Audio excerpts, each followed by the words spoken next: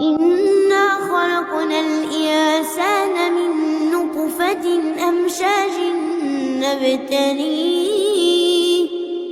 فجعلناه سميعا بصيرا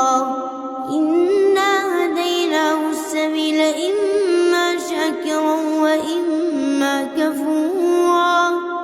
إنا أعتدنا للكافرين سلاسل وأغلالا وسعيرا